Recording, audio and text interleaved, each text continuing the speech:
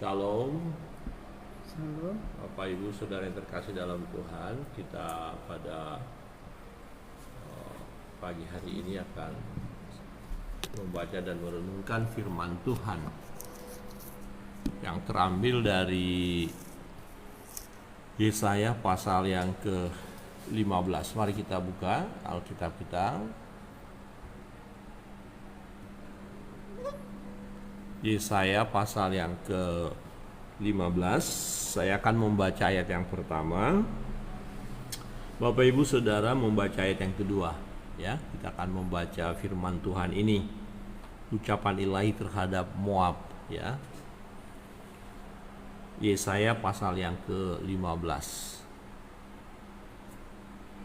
Sudah menemukan? Amin. Ya. Ucapan ilahi terhadap Moab.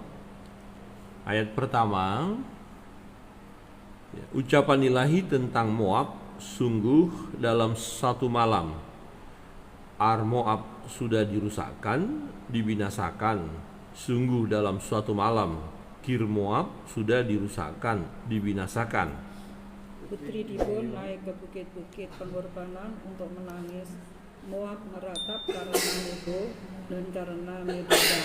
Di situ semua orang menggundul kepalanya dan memotong jangkutnya sebagai handakan. Di jalan-jalan orang berlilitkan kain kabung di atas soto dan di tanah-tanah lapang. Sekaliannya meratap, sedang air mata bercucuran. Hesibon dan Eleale meraung-raung, suara mereka kedengaran sampai ke Yaas. Sebab itu orang-orang bersenjata di Moab seru-seru, jiwanya bergetar. Aku berteriak karena Moab, pengungsi-pengungsi sudah sampai ke Zoar, ke Eglat Selisia. Sungguh orang mendaki pendakian Luhit sambil menangis, dan di jalan ke Horonaim orang berteriak karena ditimpa bencana. Sungguh air di Nimrin menjadi kering dan tandus, dan rumput sudah kering, rumput muda sudah habis, tidak ada lagi tumbuh-tumbuhan.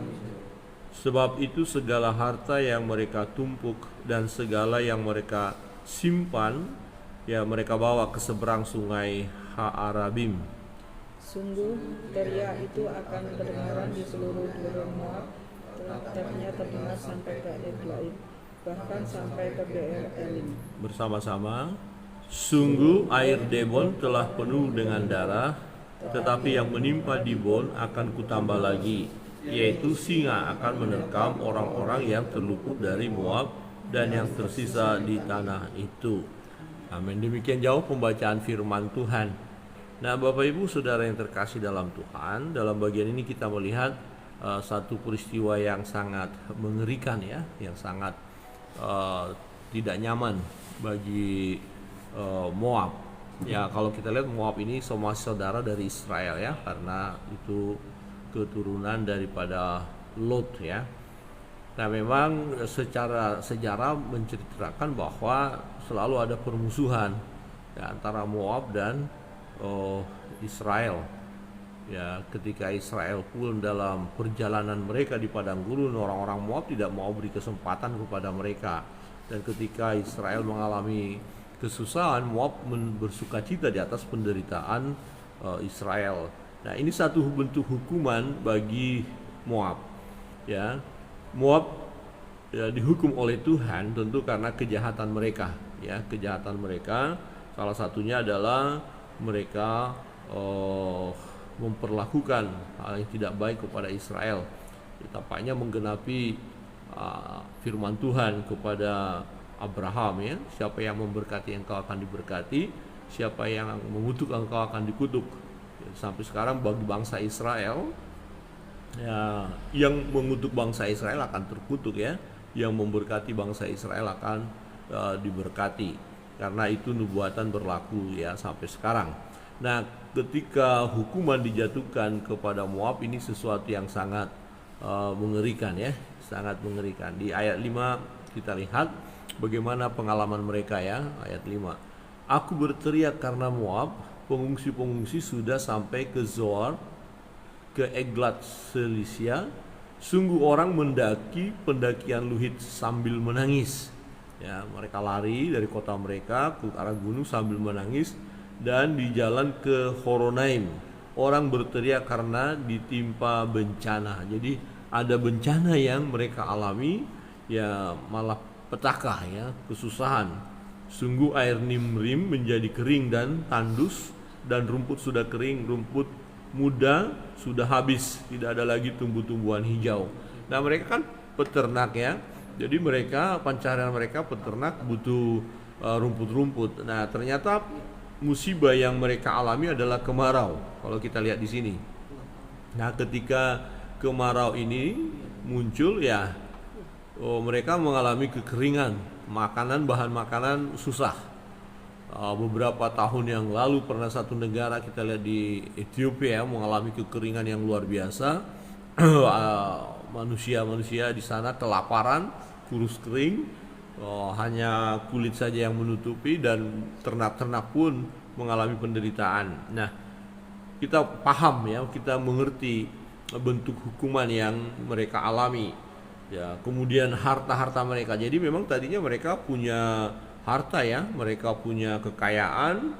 Nah, salah satu juga kesalahan atau dosa daripada Moab ini, mereka merasa diri aman, ya, sombong juga mereka karena tadinya mereka punya segalanya. Tetapi setelah diberi hukuman oleh Tuhan, mereka mengalami kesusahan. Sebab segala harta yang mereka tumpuk, berarti sebab itu segala harta yang mereka tumpuk.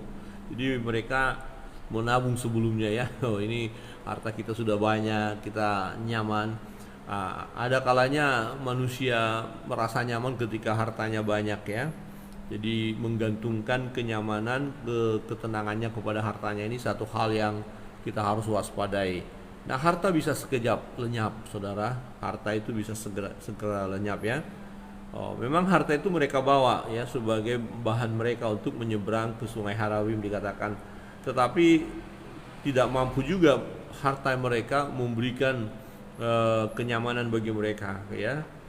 Sungguh teriakan itu akan kedengaran di seluruh daerah Moab, ratapannya terdengar sampai ke Eglaim dan bahkan sampai ke Berelim. Jadi dalam pengungsian, dalam pelarian itu, ya, untuk menyelamatkan diri, ada yang bisa bertahan, tapi yang bertahan ini pun, yang sisa ini pun ternyata mengalami kematian juga. Jadi tidak bisa luput dari hukuman itu. Kalau kita lihat di ayat 9, sungguh air Dibon telah penuh dengan darah. Berarti apa? Ada banyak orang yang meninggal, ya. Ya, tetapi yang menimpa Dibon akan kutambah lagi. Nah, jadi ini satu hukuman yang terus menerus itu istilah, bertambah lagi. Jadi satu malapetaka yang luar biasa.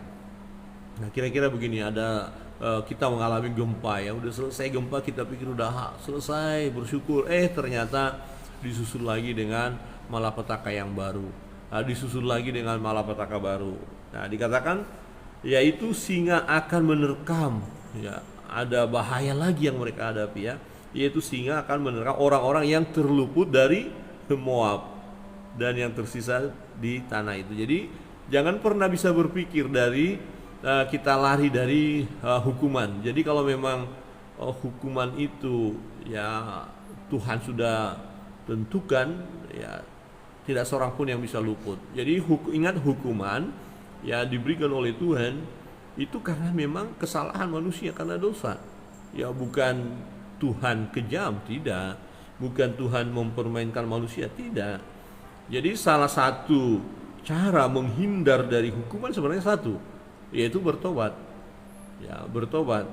Tapi ada kalanya pertobatan itu, ya, istilahnya apa, ya, terlambat begitu, atau memang barang dasarnya nggak mau bertobat gitu deh. Nggak ada istilah terlambat bertobat. Saya pikir nggak ada istilah terlambat bertobat. Nah, yang namanya bertobat, ya bertobat, tetapi yang lebih tepat tidak mau bertobat, ya. Jadi ada orang-orang yang tidak mau bertobat, sadar dia berdosa, sadar, dia mengerti, dia paham sekali kalau dia sedang melakukan hal yang jahat, yang melawan Allah, tapi tetap saja dia lakukan.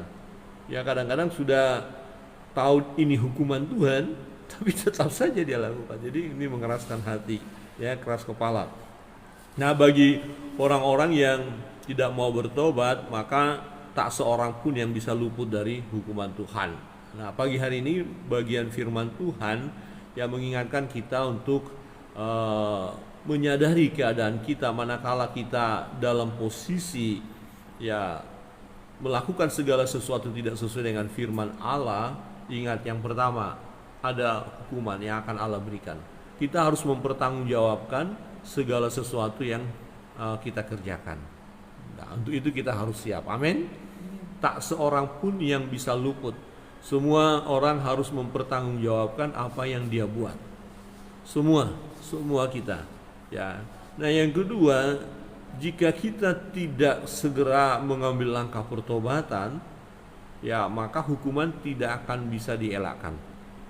Mau lari kemana tidak bisa. Tak seorang pun manusia yang bisa menghindar ya dari murka Allah. Murka Allah kepada orang-orang yang tidak mau bertobat loh ya. Tidak akan bisa orang menghindar. Nah, ketika saya melihat ada orang-orang yang melakukan kejahatan, misalnya persekusi kepada orang yang sedang beribadah ya, menghambat, nah, saya pikir tentu kita anak-anak Tuhan tidak boleh membalas kejahatan dengan kejahatan. Nah, hanya saya pikirkan begini, hanya ada dua yang terjadi bagi orang-orang yang melakukan kejahatan kepada orang-orang benar.